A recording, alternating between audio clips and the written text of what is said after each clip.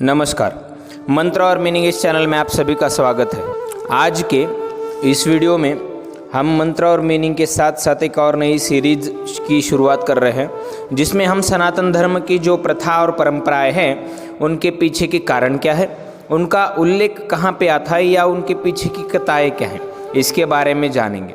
तो आज के पहले वीडियो की शुरुआत जो है वो हम गणेश जी के बारे में कुछ जानकारी प्राप्त करके करेंगे कि जैसे गणेश जी को मोदक क्यों चढ़ाते हैं या दुर्वा क्यों अर्पित की जाती है। तो सबसे पहले हम मोदक इस शब्द का अर्थ जान लेते हैं। तो मोदक का अर्थ कुछ इस प्रकार है कि मोद यानी आनंद और क यानी छोटा सा भाग, यानी आनंद का एक छोटा सा भाग, इससे ही मोदक शब्द बना है, जिसका तात्पर्य कि जिसे हाथ में रखने मात्र से ही आनंद की अनुभूति हो वह मोदक है। ऐसा प्रसाद जो चढ़ाने के बाद सुख की अनुभूति होना स्वाभाविक है।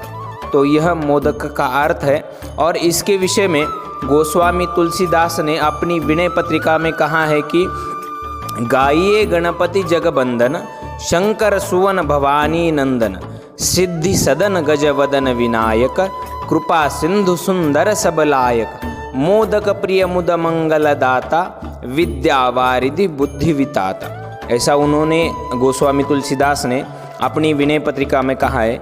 और इसके साथ साथ ही गणपति अथर्वशीर्ष में भी इसका उल्लेख मिलता है, जिसमें कहा गया है कि जो भगवान गणेश जी को दुर्वा चढ़ाता है वह कुबेर के समान धनवान हो जाता है, जो धान चढ़ाता है वह यशस्वी तथा मेधावी हो जाता है, और जो उन्हें 1000 मोदक का भोग अर्पण करता है वह भगवान की कृपा से वांछित फल प्राप्त करता है। इस प्रकार मोदक प्रियता के बारे में कई जगहों पे उल्लेख मिलता है। तो आइए अब यह जान लेते हैं कि भगवान गणेश जी को दुर्वा क्यों चढ़ाई जाती है। तो भगवान गणेश को दुर्वा अर्पण करने से वह प्रसन्न होकर भक्तों को मनवांछित फल प्रदान करते हैं, इसलिए उन्हें दुर्वा चढ़ाने का शास्त्रों में महत्व बताया गया है। इस संबंध में अनेक कथाएं प्राप्त होती है। उनमें से एक कथा इस प्रकार है कि एक समय पृथ्वी पर अनलासुर नामक राक्षस ने भयंकर उत्पात मचा रखा था। उसका अत्याचार पृथ्वी के साथ साथ स्वर्ग और पाताल तक फैल चुका था। वह भगवान की भक्ति और ईश्वर आराधना करने वाले ऋषि मुनि और निर्दोष लोगों को जिंदा निगल जाता था। स्वयं देवराज इंद्र ने उनसे कई बार युद्ध किया, लेकिन उन्हें हमेशा परास्त होना पड़ा। अनलासुर से त्रस्त होकर समस्त देवता भगवान शिव के पास गए। फिर शिवजी ने उन्हें बताया कि तुम्हारी समस्या का निवारण गणेश जी ही कर सकते हैं। यह बात सुनकर समस्त देवताओं ने गणेश जी की स्तुति करना आरंभ किया। देवताओं की प्रार्थना पर परम दयालु भगवान श्री गणेश जी प्रसन्न हुए और देवताओं के सामने प्रकट हुए।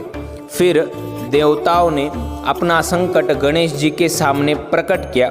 उसके पश्चात गणेश जी ने अनलासुर का पीछा किया और उसे निगल लिया। इस वजह से उनके पेट में काफ़ी जलन उत्पन्न होने लगी। अनेकों उपाय किए गए, लेकिन जलन शांत ना हुई। जब ऋषि कश्यप को यह बात पता चली तो वे तुरंत कैलाश पर्वत गए और 21 दुर्वा एकत्रित कर एक गांठ तैयार की और उसे गणेश जी को खिलाया गया, जिससे उनके पेट में हो रही जलन तुरंत ही शांत हो गई। उसी क्षण से भगवान गणेश जी को दुर्वा चढ़ाने का विधान उत्पन्न हुआ। यह गणेश जी को दुर्वा चढ़ाने के पीछे की कथा है। तो आज के इस वीडियो में हमने इन दो जो प्रथाएं हैं या परंपराएं हैं उनके बारे में जाना है। आने वाले वीडियो में हम अलग अलग प्रथाएं और परंपराएं, उनके पीछे के कारण क्या है, उनका उल्लेख कहाँ मिलता है या उनके पीछे की कथा क्या है, ये भी जानेंगे। तो अगर आपको यह वीडियो पसंद आया है तो इस वीडियो को लाइक, शेयर और सब्सक्राइब ज़रूर कीजिएगा। आपका दिन मंगलमय हो। धन्यवाद।